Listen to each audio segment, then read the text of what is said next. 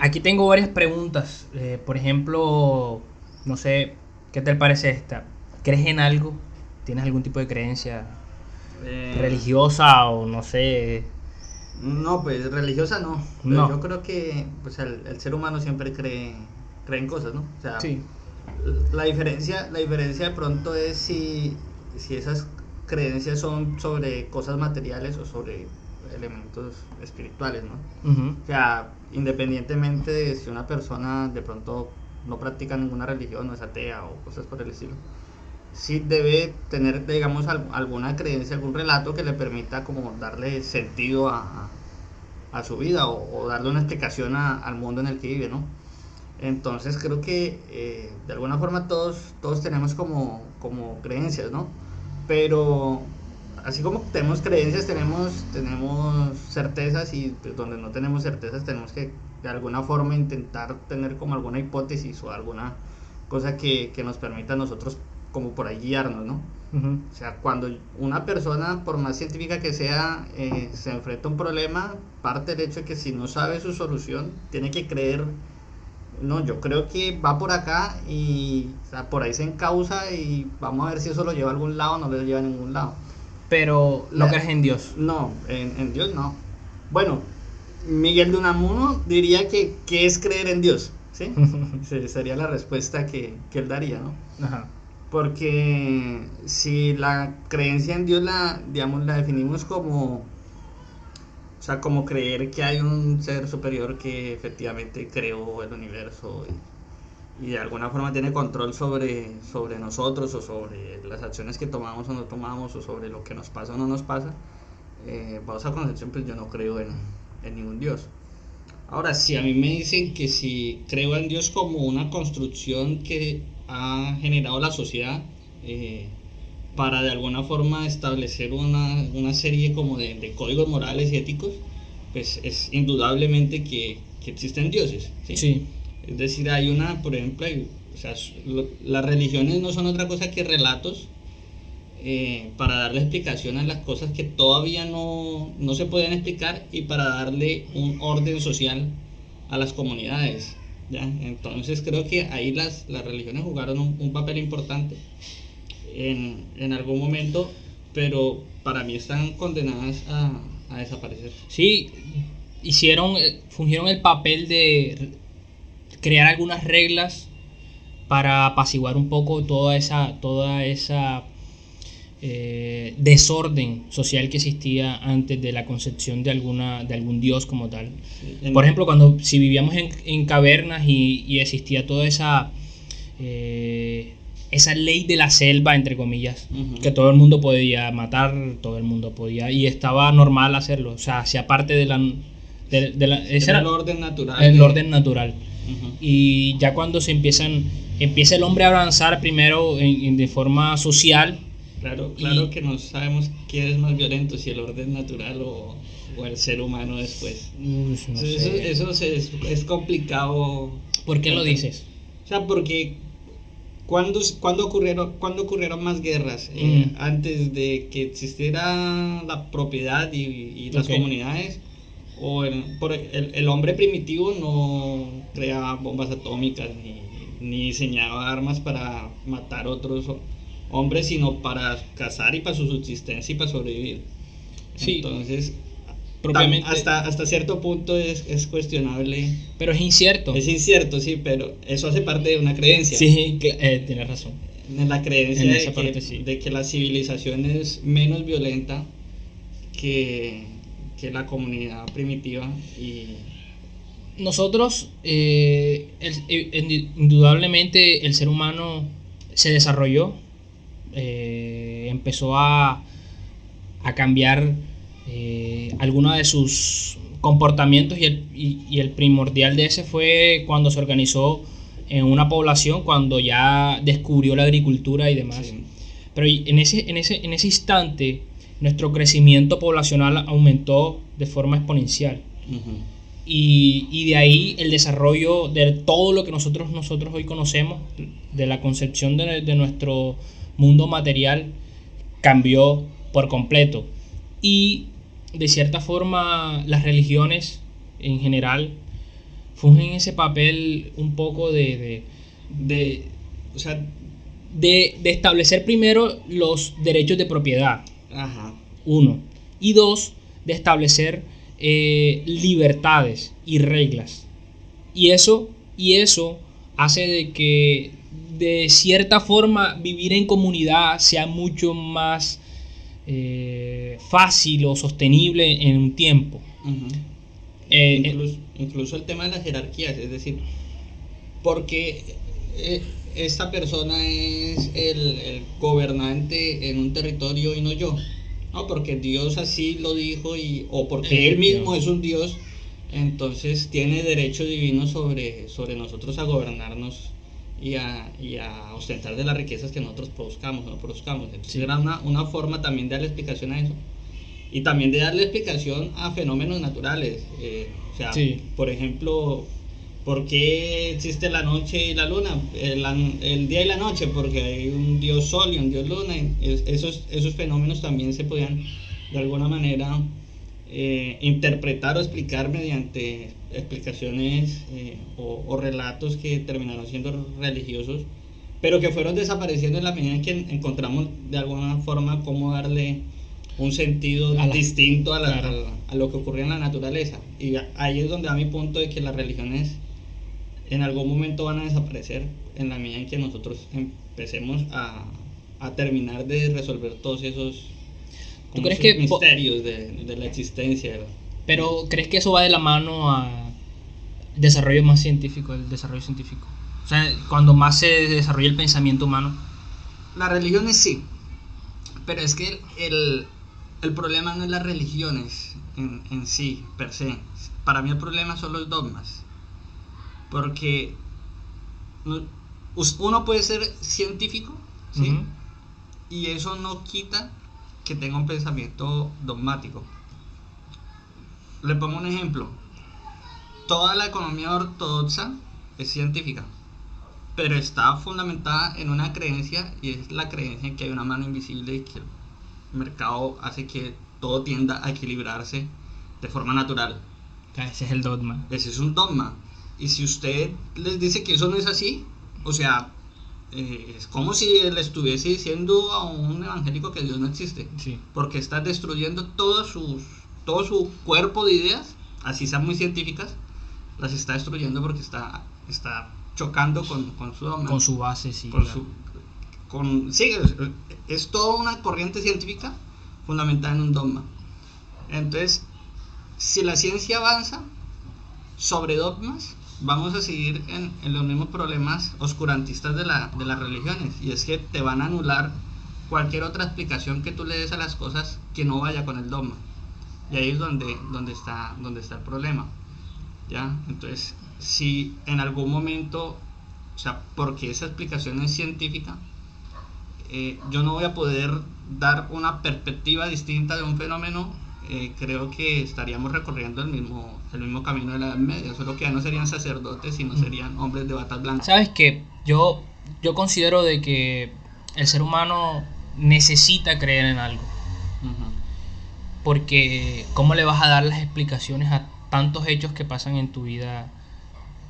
Serían culpa tuya o controlarlos tú.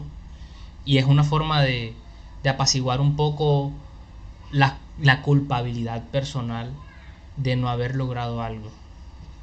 Si se lo das a otra persona, te sientes un poco, o por lo menos otro ser, incluso mayor que tú. Es una forma de quitarse responsabilidad. Claro, evidentemente, te quitas la responsabilidad y es porque hay cosas que tú no puedes controlar y lo haces, y es sano de pronto hacerlo, creo yo. Pues, si me preguntaras a mí en qué creo, yo creo que hay algo en una energía superior a nosotros. Ajá. Por lo menos una inteligencia superior a la que nosotros concebimos, a la que nosotros tenemos, a la que hemos desarrollado.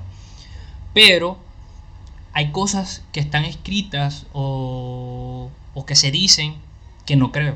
Porque yo no creo que la Biblia como está escrita ahora, o la que leen las personas ahora, fue la que se escribió. O incluso no sé si se escribió una Biblia.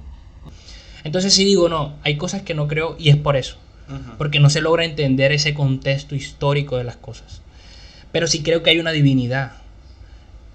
Y sí creo que... Por ejemplo, ¿usted cree que hay algo después de la muerte? Yo no creo que haya algo después de la muerte. Yo creo que me muero y ya. Ya. Mi existencia se terminó. Pero sí creo en el karma, ¿sabes? O sea, sí creo que hay algo que es cíclico. Es que la vida es cíclica, ¿sabes? Sí. En un momento estoy arriba y en otro momento estoy abajo y así puedo eso lo decía, creo que Erasmo de Rotterdam en un tratado, un ensayo, si no era Erasmo de Rotterdam, era Pico de la Mirándola, donde decía que el hombre podía experimentar, podía estar en el barro, o sea, podía estar arriba y abajo, y eso hacía parte de su condición humana. Uh-huh. Y es eso, nosotros podemos estar arriba en posiciones, digamos, económicas, emocionales y demás, estar y al mismo tiempo en cualquier instante bajar a lo más profundo y sentirse miserable. Uh-huh. Y eso hace parte de la condición humana. Y quizás sea eso el infierno o el cielo que nosotros creemos que está después de la muerte, y sino que está aquí en nuestra realidad, en nuestro... Además que el ser humano ha tenido una tendencia a creer que él es como un elemento especial dentro del universo. Y yo creo que ese es el primer problema que tenemos como especie. Entonces, si hay un Dios, lo que dicen las religiones, si hay un Dios, es un Dios a imagen y semejanza nuestra. O sea, somos tan egocéntricos que se parece a nosotros, que creemos que Dios es como nosotros, ¿eh? O sea, que nosotros somos dioses pero con defecticos, pero que Dios sería como nosotros sin defectos, ¿ya? Y al mismo tiempo creemos que somos separados de la naturaleza. De hecho, alcanzamos a interiorizar ese discurso, no, es que tenemos que cuidar la naturaleza, tenemos que proteger el medio ambiente, como si nosotros fuésemos una cosa aparte de la naturaleza del medio ambiente. Nosotros también somos naturaleza, somos medio ambiente. Claro. O que las cosas que creamos nosotros son artificiales porque las creamos nosotros. O sea, como si fuésemos pequeños dioses que creamos cosas, creamos materia por nuestra propia cuenta. Y no, o sea, esto es natural porque está compuesto por químicos naturales. O sea, que provienen de algo de... Que nosotros tenemos la posibilidad de transformarlo, lo hacemos y lo convertimos en esto. Pero las hormigas también tienen la posibilidad de transformar y construir hormigueros y muy elaborados, y eso no las hace a ellas. Sí, no lo había visto desde esa perspectiva, dioses, ¿sabes? Sí, entonces nosotros a veces creo que como especie pecamos en eso y considerarnos que somos como una cosa más allá de especial. Somos especiales. Mucha gente no, una parte de la comunidad científica ha tratado de tener comunicación con seres distintos a nosotros, distintos a nuestro planeta. Sí. OVNIs o cosas así. Y una vez estuve en Facebook leyendo una cosa de comunidad científica, una cosa así, y alguien escribió como y si esos seres perciben nuestras ondas, pero denotan de que nuestra inteligencia es tan inferior que ellos nos ven como si fuese algo diminuto, pequeño, sí, que ni siquiera... Sí, porque dentro de su concepción quizás su universo sea mucho más desarrollado que el de nosotros, pero prefiero dejarnos ahí porque no somos nada ante toda esa sabiduría. Insignificantes. Es como usted toparse por ahí un hormiguero y usted no se va a poner a conversar con las hormigas. Es correcto. Ellas cómo hacen sus hormigueros. O de pronto nos estudiarán. Ajá. Qué es lo que nosotros hacemos con ellas. Pero de tener contacto o de por lo menos tratar de experimentar o de saber qué es lo que piensan, pues no, porque crees que es algo inferior a ti. Y quizás eso es lo que nos pase a nosotros. Creer que nosotros tenemos la habilidad de poder comunicarnos con otro, y si de verdad ni siquiera tenemos esa capacidad o no hemos desarrollado lo suficiente para poder hacerlo. Cosas que nosotros tangibles que vemos, que hemos creado, pero quizás esas cosas sean tan insignificantes para otras comunidades o para otras sociedades que ni siquiera tienen el tiempo o las ganas de poder hacerlo. Exactamente. Y es eso. el ser humano es muy egocéntrico. Y es egocéntrico porque logramos comunicarnos y logramos transformar. Pero en el largo plazo, pues, estas cosas, a largo plazo, nuestra existencia se apoca. Sí. Nos vamos a destruir nosotros mismos. Y eso es lo que nos hemos visto. Yo tengo otras preguntas aquí. Bueno, una de esas es, bueno, si tú no crees, y yo creo a medias, entre comillas, ¿por qué creemos eso que creemos? ¿Por qué crees tú eso que crees? O sea, ¿por qué creo que no? ¿Por qué no creo? Ajá, ¿por qué creo que no creo? Ajá. No, yo creo que o sea, para mí la cosa es inversa, ¿no? O sea, la idea de que Dios es una idea que crea al ser humano es inversa a la idea de que el ser humano es quien crea esa idea de que hay un Dios, ¿sí? Okay. Entonces, desde mi perspectiva es eso, o sea, nosotros hemos creado dioses y seguramente vamos a seguir creamos ídolos, creamos gente a la que consideramos que son superiores al resto de personas, y algunas existentes, otras inexistentes, y en algún momento de la historia esas creencias, o sea, tomaron mayor relevancia porque eran la única forma de poder darle un orden a la sociedad y de poder explicar los fenómenos. Pero eso va a desaparecer porque ya cada vez es menos lo que nosotros necesitamos de esos relatos, porque hay unos nuevos relatos, ¿sí? Ya, entonces ahora hay relatos, por ejemplo, frente al tema del mercado. Entonces, o sea, el mercado es una religión. El tema de considerar que mediante el mercado no solamente que está por encima de nosotros y que nos resuelve nuestros problemas de forma invisible. Sí, de forma invisible, y que castiga a quien lo hace mal y premia a quien lo hace bien, son ideas religiosas incorporadas al orden social. No es necesario ya decir que hay un Dios que nos dice a quién le debe ir bien y a quién le debe ir mal, sino que hay un mercado que es quien lo hace. Entonces, por eso considero que eso está, digamos, condenado a desaparecer. Pero eso no significa que uno no tenga alguna forma creencias, y no me refiero a creencias religiosas o a creencias, no sé, espirituales o que uno crea en dioses, ¿sí? Okay. Pues uno puede tener, por ejemplo, yo creo que sí es posible una sociedad donde no haya distinciones de clases y que no haya explotación de uno por otro, y donde podamos vivir bien acá en la tierra. O sea, no hay que morirse y esperar el cielo para ver lo que nos han pintado en el cielo. Yo sí creo que eso es posible. O sea, yo sí, a diferencia de mucha gente que es como usted lo dijo ahorita, pesimista frente a la existencia humana, de que no, nosotros nos vamos a destruir y nosotros mismos nos vamos a acabar. Yo sí creo que vamos a llegar a un momento en que sí vamos a poder llegar a un así como aparecen en el Atalaya, a una mejor sociedad, así como aparecen en el Atalaya, pero en la vida real, ¿sí? Yo no creo, pero, porque y eso es una creencia mía. Ahora, yo no creo que si yo me porto bien voy a llegar a eso. No, igual son cosas que no te competen a ti como individuo. Como individuo no, porque es que eso se va construyendo. Sí, uno trata de poner su granito de arena. Y uno también está condicionado en ese granito de arena, porque alguien me pudiera decir, no, entonces usted, ¿por qué no?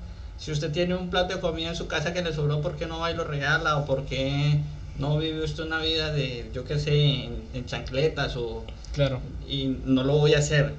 Y estoy condicionado a una sociedad en la que no lo puedo hacer, ¿sí? Pero uno en la condicionalidad y en el egoísmo y en todo lo que está inmerso uno trata como de hacer un esfuercito por poner un granito de arena que haga que las cosas cambien en el contexto en que estamos nosotros, ¿sí? Que seguramente nos mirarán para atrás en algún momento y dirán, oiga, pero esta gente cómo era de bárbara en esa época, y cómo, por ejemplo, a mí me sorprende cosas como cuando la gente pelea por el matrimonio igualitario. Me sorprenden dos cosas. Uno, yo digo que dentro de unos cientos de años o menos, la gente le va a decir, ¿cómo así? O sea, que había que tener un patrón para poderse casar. Y dos, y la gente quería casarse.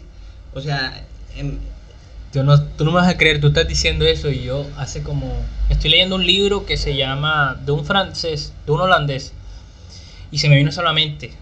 Él decía algo sobre las ciudades... sobre las ciudades utópicas y distópicas. Y, y uno va creyendo unos tópicos y la ciudad del sol de Campanella y demás.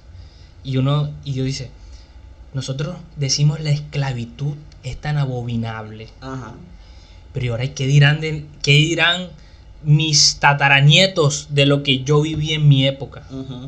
Sobre el idioma inclusivo, no sé, o el matrimonio, o no, ¿cómo te diré? La pena de muerte. La pena de muerte, el fumar marihuana, alguna vaina así toda. Sí. Ay, ¿por qué? Porque hicieron, pues, así escandalizados, ¿por qué hicieron eso? Y es porque en nuestra realidad no sabemos qué pueda suceder, qué tan desarrollado se vaya. No sabemos qué cosas hoy creemos que estamos haciendo bien, sí. Y después nos las van a condenar. Oye, estos manes, ¿cómo se le ocurría, yo qué sé, desperdiciar no sé cuántos litros de agua bañándose en cosas que hacíamos hace un año y medio, como salir a la calle sin tapabocas y no nos lavamos las manos hoy se condena. hasta la noche? A veces comíamos sin lavarnos las manos. Hoy se condenan, hoy uno se sube al bus y el alcohol y si ves a alguien con el tapaboca abajo te da odio. Ahora está bien, eso que lo cambia, o sea, eso cómo cambia, cómo llega a un momento en el que dice, o sea, ocurren esas rupturas. Ajá. Por lo menos en el decir, se acabó la esclavitud. ¿Cómo nos dimos cuenta que la esclavitud estaba mal? ¿Cómo nos dimos cuenta de que las mujeres tenían que votar? ¿Cómo nos dimos cuenta que el matrimonio igualitario era posible? O sea, ¿y cómo nos vamos a dar cuenta que hay que abolir el matrimonio después? No, pues yo creo que son movimientos que hace la sociedad, y la sociedad, o sea, todavía no la entendemos completamente, pero está en constante movimiento, y a eso ocurren esos movimientos. Ahora, no todos esos movimientos son siempre hacia adelante. Sí, se puede ir. A veces retrocedemos y suben unos Trump sí. o Iván Duque o María Fernanda Cabal el otro año. Pero que no pase eso. Y uno no se lo explica cómo es que en una sociedad en pleno siglo XXI quepan todavía los Bolsonaro y gente que tienen perspectivas medievales de la forma en que debemos de llevar la vida, ni siquiera la economía, porque bien pudieran ser de derecha, neoliberales y todo eso, pero no necesariamente oscurantistas sí. Y hay unos que ya se pasan de reaccionarios y ese pensamiento tan conservador, sí, extremista. Extremista. Este siglo creo que ha sido muy extremista. No sé si, por lo menos en esta parte del cono sur de este continente, hemos tenido estos líderes de derecha extrema. Este siglo ha sido de confusión. En el siglo XX no había tanta confusión porque habían dos modelos realmente existentes que estaban compitiendo. Y ahí lo que hablamos ahorita, la competencia, que no siempre es, o sea, los comunistas sí competían contra los capitales y estaban en competencia en lo económico, competencia en lo espacial, en muchas cosas, hasta en lo deportivo. Y quizás un periodo de crecimiento tecnológico. Exacto, bárbaro. O sea, los celulares yo creo que no hubiesen existido sin la Guerra Fría. No. Y sin los aportes de los rusos. No se hubiese llegado a la Luna. Exactamente. Entonces. Sí se llegó. Sí se llegó. No. Entonces, estaban como esas certezas, porque estaban unas creencias afianzadas en el mundo entero, en que unos creían en esto y otros creían en lo otro. Pero una vez pues cae el tema del muro de Berlín, yo creo que siguen existiendo las mismas contradicciones en la sociedad, pero ya no hay esa misma capacidad, o sea, esa misma certeza de cómo es que tenemos que transformarla.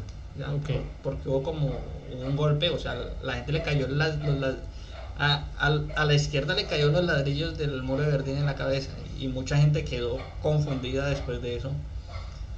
Y esas certezas se transformaron en confusión, y esa confusión en múltiples movimientos, y esos movimientos sociales incluso han sido aprovechados en algún momento por la extrema derecha. Sí, sí. Pues, Donald Trump sube con los votos de los obreros blancos norteamericanos desempleados que estaban en condiciones paupérrimas, empobrecidos y desindustrializada la sociedad norteamericana, y votaron por Trump confundidos porque no había otra propuesta que les dijera no, nosotros les vamos nosotros cambiar. tenemos la claridad de por dónde es la cosa. Claro.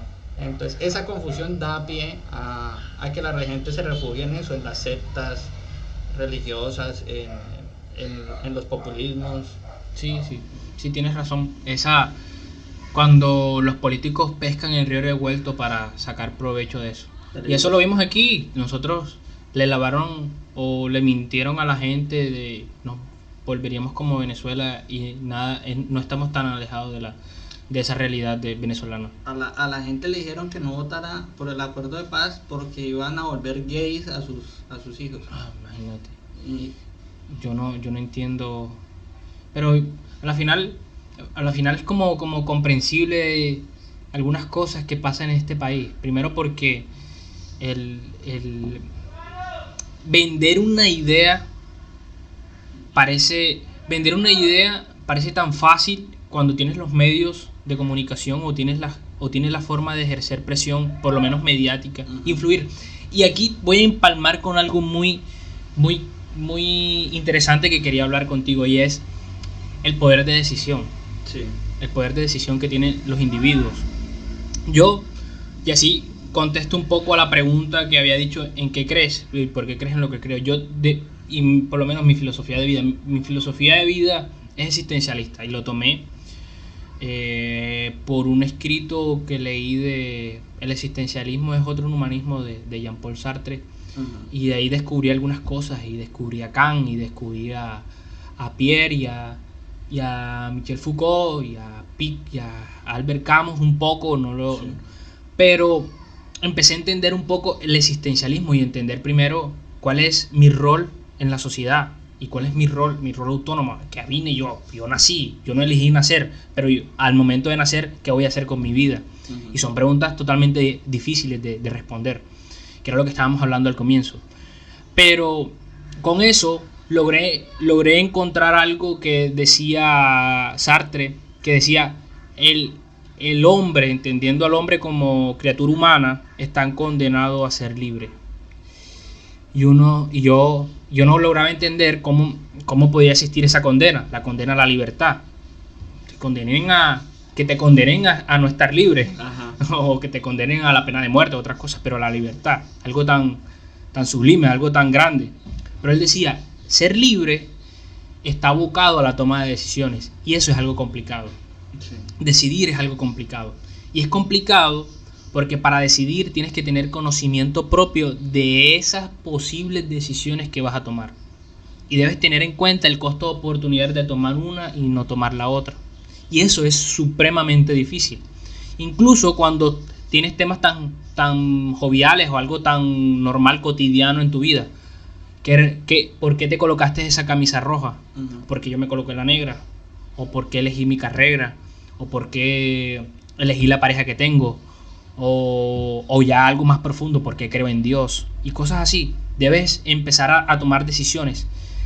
Y entonces, eso es un poco cuando eso lo uno con el tema de esas ideas de ventas del neoliberalismo o del capitalismo.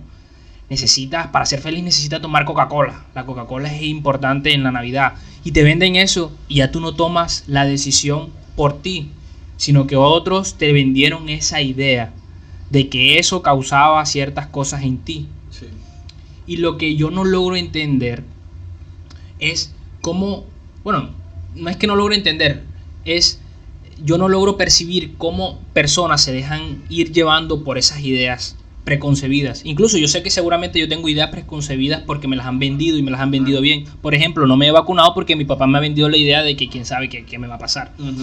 Eso yo estoy claro con eso. Pero lo que no se ha evaluado, por lo menos socialmente, es hasta qué punto o hasta qué tan moral o qué tan ético es permitido ese tipo de cosas en nuestra sociedad.